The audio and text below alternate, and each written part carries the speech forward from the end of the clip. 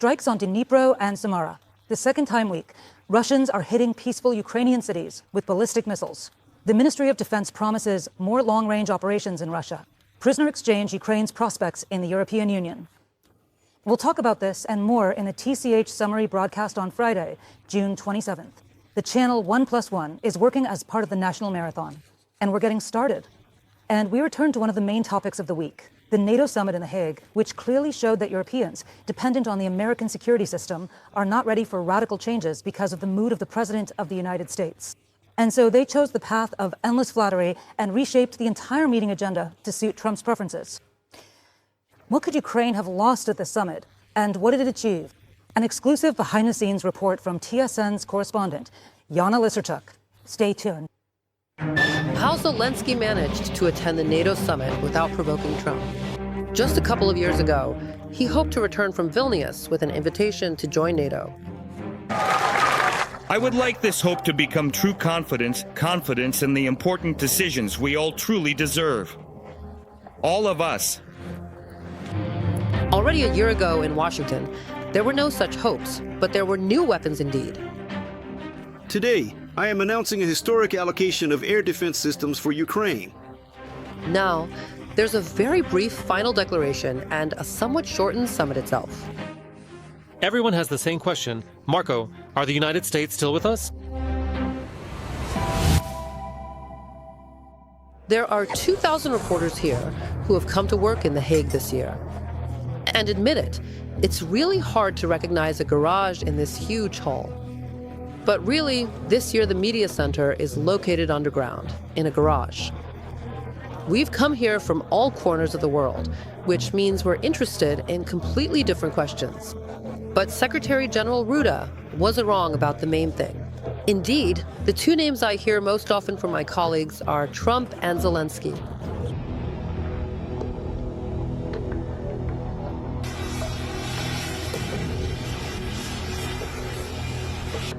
This is the first summit in many years that lasts only one working session. It's the first summit for the Netherlands. It's being guarded by almost half the country's police force and the military. On land, in the air, and from the sea. It's also the first summit for Mark Rutte, the former Dutch Prime Minister, in his new role as Secretary General. And you wouldn't want to be in his shoes, because first he had to figure out how to organize the summit in such a way that Trump would definitely come and be satisfied. Specifically, how to reach an agreement with all the alliance member states, some of which don't even allocate 2% of their GDP to defense, so that they would promise to give 5%. So that Trump would have something to take credit for, as if to say, I came and I made this happen. On his way to the summit, the American president shows off to the cameras a personal message from Rutte, done in a rather complimentary style, for the whole world to see. Trump boasts about being praised by Rutte. Donald, you have brought us to a truly important moment for America, Europe, and the whole world. You will achieve what no American president has managed to achieve in recent decades. Later on camera, the Secretary General will confirm, yes, he recorded it, yes, that's what he thinks. And yes, he's okay with making personal messages public. Listen, but that's absolutely true. Do you really think that 7 or 8 countries that weren't even spending 2% of their GDP on defense would have reached the 2% threshold if Trump hadn't been elected president of the United States? Do you think, of course, there's a threat from Russia, China, and so on, but do you think countries would have agreed to raise the spending threshold to 5% if Trump hadn't been elected president? So I don't mind if my messages are made public. It's just stating a fact. More, please. Thank you very much. Another question that interests many people, especially the Baltic states, who feel like they're almost on the front line, bordering Russia, is Donald Trump's attitude toward Article 5 of the NATO Charter. The very one that says an attack on one NATO member is an attack on the entire alliance, so everyone will respond immediately and together. It depends on how you define it. There are many definitions of Article 5. You know that, right? But while actual NATO member states are wondering whether America would truly defend them if something unfortunate happens, for Ukraine the problem was entirely different. Given that Donald Trump doesn't see Ukraine in NATO at all, It was very important for our European allies to preserve the precise wording we achieved at the last significant summit in Washington, particularly the crucial statement that Ukraine's path to NATO is indeed irreversible. That's precisely why they ultimately decided simply not to openly discuss Ukraine's prospects within NATO, to deliberately keep silent about them in order to carefully preserve them, and at the very same time to firmly tie military aid to Ukraine into the same 5% of the alliance's overall defense spending. In other words, all the member countries of the alliance, when spending their financial resources to help Ukraine, are now counting it as part of the significant expenses they are currently promising to Trump. By the way, the United States itself isn't even planning to raise its spending to 5%. Given the size of the country and, accordingly, the size of its budget, they already spend twice as much on defense as all the other alliance countries combined. This is exactly the root of Trump's constant complaints that America pays for everyone's protection and doesn't want to do it anymore. Scholz. President Trump, dear Donald, you made this change possible. Under your leadership, since 2016, European partners have already increased spending by $1 trillion, and today's decision will bring new trillions to our joint defense. The NATO Secretary General opens the meeting an hour late, and that's not uncommon for such gatherings. And then there's Ruda, who is supposed to greet all the distinguished guests, but Donald Trump holds him up at a bilateral meeting, turning it into an impromptu briefing as usual. The Secretary General again repeated what he personally wrote to Trump. The American strike on Iran was the best. And Donald Trump swearing on air before flying to The Hague when he found out Iran and Israel exchanged strikes. This is how it sounded. And this is still a very mild, broadcast-appropriate translation. Donald Trump. These two countries have been fighting for so long and so fiercely. They have no damn idea what the hell they're even doing anymore. You get it? Announcer. That's a perfectly reasonable thing to say, given the circumstances. Donald Trump, they had a big fight, like kids in school. They're fighting like crazy. It's impossible to stop them, so let them fight for 2 or 3 minutes. Then it'll be easier to stop them. Scholz, and sometimes Dad just can't choose his words. Donald, sometimes you just have to use one swear word or another. Narrator. So, at a time when Russia is waging the largest war in Europe since World War II, forging ever stronger alliances with North Korea, Iran, and China, the NATO leaders' meeting is delayed because they're discussing whether it's appropriate for the American president to use swear words. Ukraine's so-called biggest friend, Viktor Orban, doesn't hide his feelings about us. Viktor Orban. NATO has no business with Ukraine. Ukraine is not a NATO member, just like Russia, and my job is to make sure it stays that way. Announcer. And it's well known that the Hungarian Prime Minister, no matter what rhetoric he uses on camera, agrees with everything the United States decides. So, together with everyone else, he adopts a declaration that, aside from NATO's internal affairs, mentions two countries. In the second point, Russia was named as a threat, and they pledged to increase defense spending to 5% of GDP by 2035. In the third point, these 5% are broken down into 3.5% for defense and 1.5% for infrastructure. In this same point, the Allies reaffirmed their readiness to continue supporting Ukraine, whose security is important for the alliance. Thus, military aid to Ukraine is equated with defense spending. And in the very first point of this declaration, NATO confirms for everyone who doubted, Article 5 works. And even though the Western colleagues I spoke with were somewhat shocked by the amount of flattery with which the Secretary General and other alliance leaders greeted the American president, it worked at least in one respect. First of all, Trump did not leave the summit early, as he did in 2019 in London, and secondly, he was satisfied. After the meeting and the publication of the final declaration, Trump meets with Zelensky. They talk for almost an hour, and contrary to our expectations, neither we nor our American colleagues are allowed into the meeting, not at the beginning, nor at the end. Zelensky does not speak to the press at all for the rest of that day. He only publishes photos, and in one of them, he shows Trump evidence that the Russians, as always, are lying. Narrator. He also told the president about how the technical team meetings went in Istanbul, as well as about the exchanges of prisoners and the dead. Russia handed over to us the bodies of their own dead. Right now, examinations are being conducted in Kiev to find their relatives. We talked about the situation on the battlefield. Putin is definitely not winning. I presented the president with the facts of what is actually happening on the ground. Because of this bilateral meeting, Trump's press conference is delayed, and the American president arrives accompanied by Defense Secretary Wexler and Secretary of State Rubio, who stand on either side of him like bodyguards. As before, Trump mainly talks about Iran, repeatedly calling the American strikes on nuclear facilities a complete and unquestionable victory. He calls Zelensky a nice guy, and then goes on to say the following. Donald, yes. Trump, I did not discuss a ceasefire with Zelensky. I just wanted to see how he was doing. Narrator. Then he repeats again. The war would never have happened if he had been president. This is Trump's favorite phrase. He's asked, you've already been president for 5 months, and Russia is continuing the war. Donald.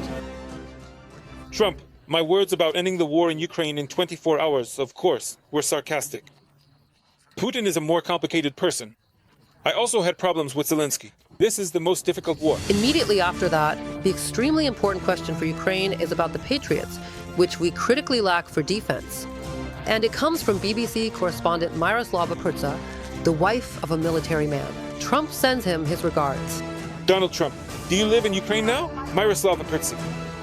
My husband is there, and I am with the children in Warsaw because he wanted me to leave. Donald Trump, is your husband in the military? Myroslava. In the military. Is he there now? Yes. Donald, it's sad and difficult. Here's what I'll tell you. They really want those Patriot systems. We'll see if we can get a few. They're hard to get. We need them too. We're also supplying them to Israel. They're very effective, 100%. It's hard to believe, and they want them more than anything. That's a very good question, and I wish you luck. I can see how upsetting this is for you. Say hello to your husband. Pat. Same time, Zelensky meeting with European leaders and Secretary General. Obviously, including discussing how their meeting with the American president went. Wolfgang Schäuble. Ian. The declaration itself clearly states the assistance. This is very important for the next 5 to 10 years. It's not that we think the war will last that long, but we will provide you with all the necessary support. Volodymyr. Zelensky, our presence here shows truly strong support from you. Thank you for that. This can be called a victory. From now on, military aid to Ukraine is considered NATO defense spending. But there is no legal mechanism that obliges alliance member states to spend as much on defense as they have pledged.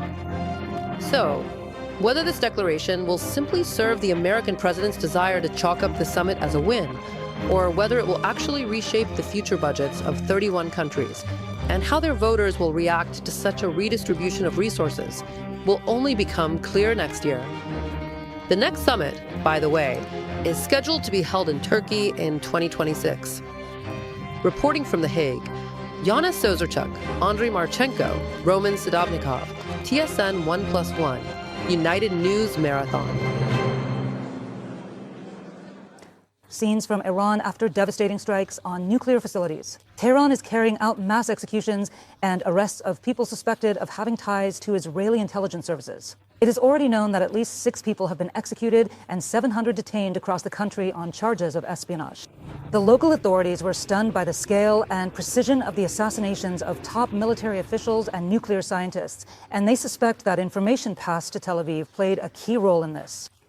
The Iranian authorities have also increased pressure on journalists, including those working abroad.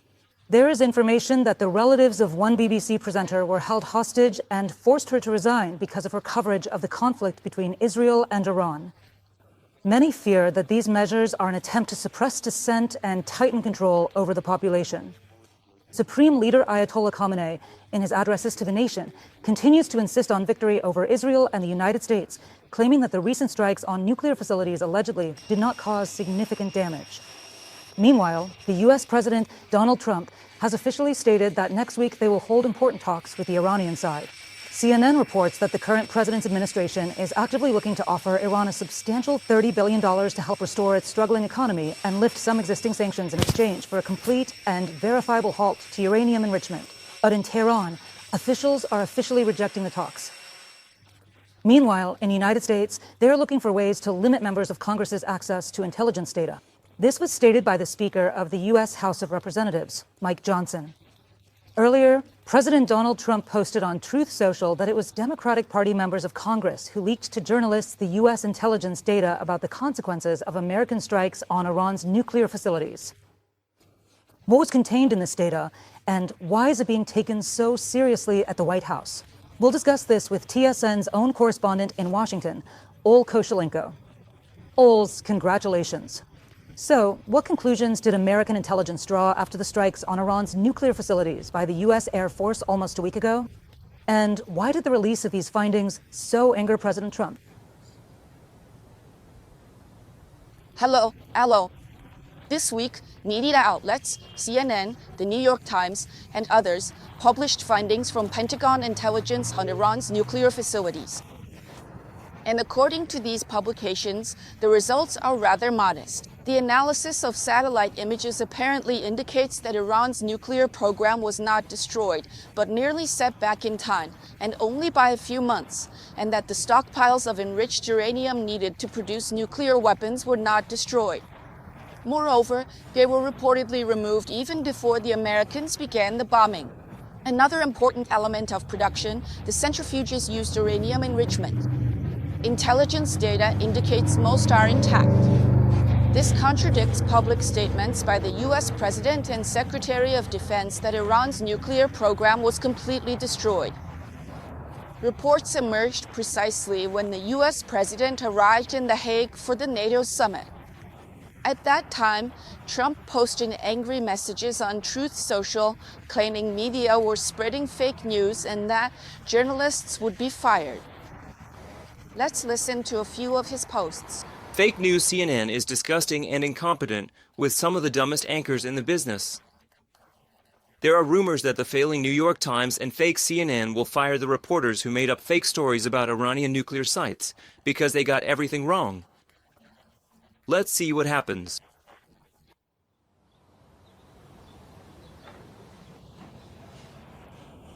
So, at first, President Trump actually denied these media reports about the consequences of the strikes, calling them fabricated and fake, and saying they discredit the professionalism of the American pilots who carried out the strikes.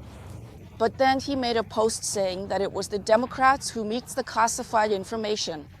I'll quote now, "The Democrats are the only ones who leaked information about the great flights to nuclear sites in Iran. They must be held accountable." End of quote. From this post, it does not follow at all that Trump admitted the media reports about the modest results of the bombings were real. Today at the briefing, by the way, he once again confirmed that Iran's nuclear infrastructure has been destroyed and cannot be restored in the near future. It has been destroyed. It will take years before they can start again, and I really think this is probably the last thing they'll have to do to recover from such a hellish, grueling war. At the same time, today's Speaker of the House, Mike Johnson, did not rule out that in the future, classified briefings might be canceled for the entire House. Because it's clear there was a leak, and in Johnson's opinion, this affects institutions. Let me remind you that earlier, Donald Trump revoked security clearances, access to classified materials for a range of former officials, including President Biden, Secretary Blinken, and many others. After all, according to American rules, they could use this privilege of having access to classified information even after leaving office. But revoking access for current members of Congress could actually become an unprecedented move. And finally, I want to show you a video that the White House posted on its official Instagram page. It's a montage of footage from the NATO Summit set to a song that can be translated as Daddy's Home. Let me remind you that it was NATO Secretary General Mark Rutte who first called President Trump Daddy. He was commenting on Trump's statements and said something like, "Daddy has the right to use strong language." And obviously, the White House liked that comparison.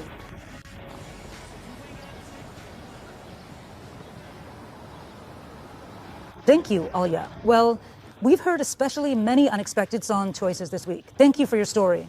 In Lescourt, United States, Olga Koshelenko reports on the current mood in the White House after the strikes on Iran's nuclear facilities carried out almost a week ago. Meanwhile, Hungary has blocked the start of negotiations on Ukraine's accession to the European Union. At the summit, the leaders failed to convince Orban to support the start of the negotiation process. This means that a formal start to negotiations is impossible, Unofficially, work will continue so that at the moment something changes in Hungary, as our colleagues from Radio Liberty explained, EU diplomats will be ready to move forward. So, what decisions were actually approved at the summit in Brussels? And should Russia prepare for new sanctions? Zoriana Stepanenko will tell us more. There were no disagreements where it was necessary to confirm decisions that had already been made long ago. The leaders agreed to extend the sanctions already imposed against Russia. Among them, and this is far from a complete list, are the ban on importing pipeline oil, the sale of a range of goods potentially useful to the Russian military industry, as well as the freezing of assets belonging to the Russian central bank. The frozen funds generate profits, which are being used to help Ukraine. Just this year, Kiev will receive about 7 billion euros from this. The Prime Minister of Poland, who currently chairs the EU Council, is pleased that the sanctions remain in effect. Everyone remembers how Hungary threatened to block the process. We all know why there are always reasons to worry about whether there will be unanimity in imposing sanctions. In reality, it can always be achieved. Today, we managed to do it again. Well, we still have a decision ahead of us on the 18th package of additional sanctions. The 18th package of sanctions is currently being blocked by Slovakia. The objections are not about its content, but about completely different plans of the European Union. Bratislava is concerned about the EU's complete rejection of Russian energy resources, which is supposed to happen by 2027. Slovakia wants guarantees that this will not harm its economy. Ursula von der Leyen discussed this separately with Prime Minister Robert Fico yesterday. Diplomats, who spoke to Radio Svoboda on condition of anonymity as they are not authorized to give official comments, report that they managed to reach some sort of understanding. High-level contacts will continue in a week. And up to this point, as we know from our well-informed sources, Bratislava has promised to block the 18th package, but it is unknown how long another decision will remain blocked. The issue concerns the start of negotiations with Ukraine on its accession to the EU. This process is being led by Hungary. Under relentless fire, Ukraine is carrying out reform after reform. It's impressive, and that's exactly why the Commission supports opening the first negotiation cluster. Ukraine has fulfilled its commitments. Now we must do the same, because the accession process is merit-based, and Ukraine deserves to move forward. On Hungarian state radio today, Viktor Orban boasted that he managed to stop Ukraine's accession to the EU. I should note that we're not talking about membership yet, but only about the start of negotiation processes, and there is still a very long road ahead. Orban repeated, if Ukraine joins the EU, it could supposedly drag the bloc into a war with Russia. At the same time, he called Ukraine an undefined entity with unclear borders, and on his social media, he gloated that the number of opponents to its EU membership is growing even in Poland. A recent poll in Poland showed that 35% of respondents support Ukraine's accession, while already 42% are against it. From Brussels, Zoriana Stepanenko, Marek Hajduk, Radio Liberty, especially for TSN 1+1, the United News Marathon. Ukraine is synchronizing sanctions against Russia with global partners. President Volodymyr Zelensky introduced such a decision by the National Security and Defense Council at a conference on sanctions against the aggressor.